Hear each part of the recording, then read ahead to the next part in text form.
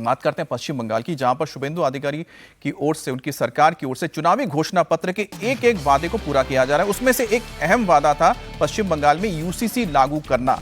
बंगाल चुनाव में बीजेपी ने सरकार बनने के बाद 6 महीने के अंदर ही यूसीसी बिल लाने की घोषणा की थी।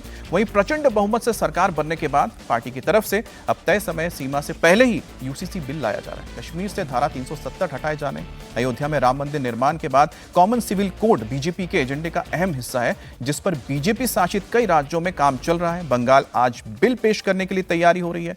सीएम शुभेंदु अधिकारी विधानसभा के पटल पर यूसीसी विधेयक पेश करने वाले हैं, जहां विधायकों की संख्या के बल के आधार पर इस विधेयक को पास कराना बीजेपी के लिए आसान होगा।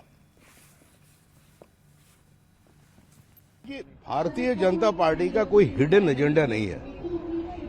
भारतीय जनता पार्टी जिस समय से जन्म लिया है, यूसीसी का बात ही जनता के सामने रहा। एक समय था, इंदिरा जी का देहांत के बाद हम लोग 242 सीट पे चुनाव लड़के सिर्फ 2 मिला था हम लोग, तो लोग हम लोग को देखकर मजाक करते थे कि हम 2 और हमारा 2। उस समय भी हम लोग यूसीसी का बात कर रहे हैं, और जब 303 मिला था उस समय भी हम लोग यूसीसी का बात कर रहे हैं। तो जिस जगह में भारतीय जनता पार्टी का सरकार आएगा, उस जगह में यूसीसी इंट्रोड्यूस होगा।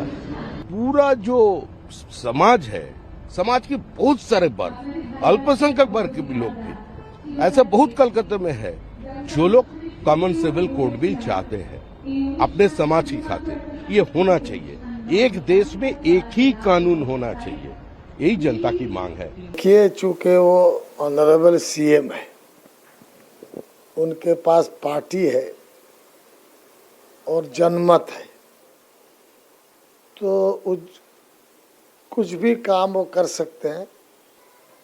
इसमें क्या करेंगे नहीं करेंगे उसको देखकर जवाब देना चाहिए। यहाँ ऑनरेबल सीएम शुभेंदु अधिकारी सब कहेंगे, सोच विचार करके कदम उठाना चाहिए।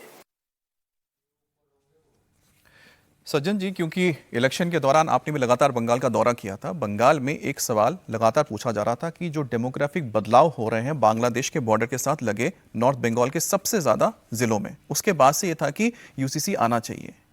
क्या उसी की एक मुख्य वजह है कि बीजेपी के लिए सरकार ने जैसे ही गठन किया, 6 महीने का वक्त लिया था, उससे पहले ही लेकर आ रही है यूसीसी? नहीं, देखिए, एक तो वो बात है कि जो डेमोग्राफिक चेंज हो रहे हैं, तो चाहे नॉर्थ बंगाल की बात हो, चाहे उत्तर और दक्षिण 24 परगना की बात हो, वैसी स्थिति को देखते हुए बात आ रही थी कि ये एक डेमोग्राफिक जो चेंज है वो कल्चरल चेंज भी ला रहा है, और लोगों में चिंता थी। लेकिन उसके साथ देखिए, जो जब आपका क्रिमिनल कोड जो है वो यूनिफॉर्म है, तो सिविल कोड जो है वो यूनिफॉर्म क्यों नहीं हो? ये तो आपके संविधान की बात है। ये तो शाहबानो मसले से इसकी शुरुआत धीमे धीमे हो जानी चाहिए थी। उस समय इसे रिवर्स किया गया, जब उस समय कांग्रेस की राजीव गांधी थी और उनके कुछ मंत्रियों के दबाव में और राजनीतिक और चुनावी कैलकुलेशन से बदला गया। तो वैसी स्थिति में और जगह हो चुका है, लेकिन निश्चित तौर पे बात आ रही है। देखिए, बंगाल से कुछ एक चीजें लोग गौर नहीं करते हैं कि अंडर एज लड़कियों की जो शादी की बात होती है, कम मतलब जो उम्र से कम, पश्चिम बंगाल सबसे ज्यादा उसमें कई साल पिछले 1 दशक से सबसे नंबर 1 पे है, जिसमें कम, और उसमें जो अल्पसंख्यक समुदाय है उसमें ज्यादा है, उन एरियाज में ज्यादा ये घटनाएं हो रही हैं। तो आप देखिए ये सब, और उन सारी चीजों को आप ढकने की कोशिश करते हैं कि साहब हमारा पर्सनल लॉ है। तो एक तो ये होना चाहिए। दूसरी बात देखिए कि अब धीरे धीरे समाज में ये बात आ रहा है कि जो कानून है, सिविक कानून है, जिससे हमारी रोजमर्रा की जिंदगी चल, उसमें एक्सेप्शन है कि आदिवासी एरियाज को आप बचाते हैं, और बहुत सारे वैसे आपने अच्छा जिक्र किया। जो देखिए, एक तो मैंने डेमोग्राफी का मुद्दा उठाया, वो एक अहम था। आपने कहा कि जो कम उम्र में शादियां हो जाती हैं, 10 साल से ऊपर से पश्चिम बंगाल नंबर 1 में है, और मुर्शिदाबाद, मालदा वगैरह एरिया इस इलाके में सबसे ज्यादा होता है। बिल्कुल। लेकिन अजीत जी, इसमें सबसे महत्वपूर्ण चीज ये आ जाती है कि अगर यूसीसी को एक एक करके राज्य क्यों जा रहे हैं, बीजेपी के जितने राज्य हैं सब एक साथ क्यों नहीं लागू कर रहे हैं? क्योंकि अभी तक है कि उत्तराखंड में लागू हुआ है, गोवा में तो पहले से ही था, गुजरात, असम में तो बिल पास हुआ है। हाँ, तो बाकी तो और राज्य में क्यों नहीं लागू करते? देखिए, ये बीजेपी एक स्ट्रेटजी के तहत कर रही है। अगर जैसे ही आप एक राष्ट्रीय स्तर पर पार्लियामेंट में कानून ले आएंगे, वैसे ही उसका बहुत बड़ा विरोध का एक मुद्दा बनेगा। भारत की विविधता, सांस्कृतिक धार्मिक विविधता, इन सब चीज़ों को लेकर के, और फिर उसमें आपको साउथ के स्टेट्स का विरोध आ जाएगा, नॉर्थ ईस्ट के स्टेट्स का विरोध आ जाएगा, तो फिर वो स्टक हो सकता है वो कानून। नॉर्थ ईस्ट भी तो एक बड़ा अलग तरह का स्टेट है ना, वहाँ कई तरह की कल्चरल डाइवर्सिटी है, तो वो स्टक होने का खतरा है। तो आप क्यों उस तरह के फंसने में, विवाद में जाएं? एक एक करके अगर स्टेट टू स्टेट आप लागू कर देते हैं कानून को और उसके बाद फिर आप राष्ट्रीय स्तर पर भी ले आना चाहें, एक ये कारण है। लेकिन आप समझिए जो सबसे पहला मुद्दा था, हम लोग और एक दिन चर्चा कर रहे थे, वो था 3 तलाक का। वो तो भारत सरकार ने निपटा दिया। वो तो सुप्रीम कोर्ट ने कह दिया 3 तलाक अवैध हो गया। उसके बाद भारत सरकार ने उसको आपराधिक भी बना दिया कि सजा होगी।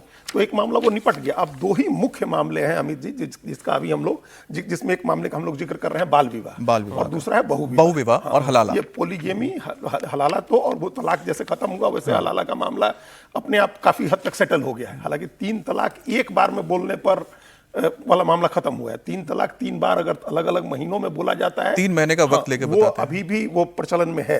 तो ये यूनिफॉर्म सिविल कोड जब आ जाएगा, बहुविवाह पर रोक लगे और बाल विवाह पर रोक लगे, ये 2 सबसे बड़े मुद्दे हैं। स्त्रियों की गरिमा, उनकी मर्यादा, उनके सम्मान, इन सामान्य मानवीय मर्यादा के से घिरा हुआ काम है ये कि आपको ये इजाजत मिले कि आप एक से ज्यादा विवाह कर सकते हैं बिना तलाक लिए।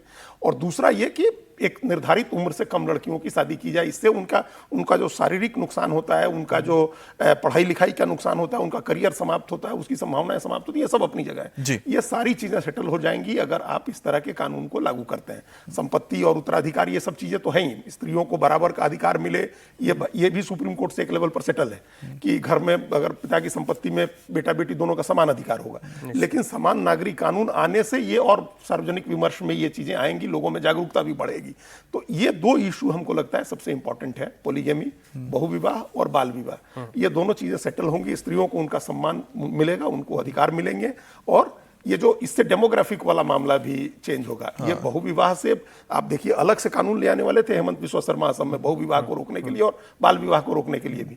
तो ये यूनिफॉर्म सिविल कोड लागू होने से ये दोनों चीजें अपने आप उस कानून के दायरे में आ जाएंगी। बिल्कुल।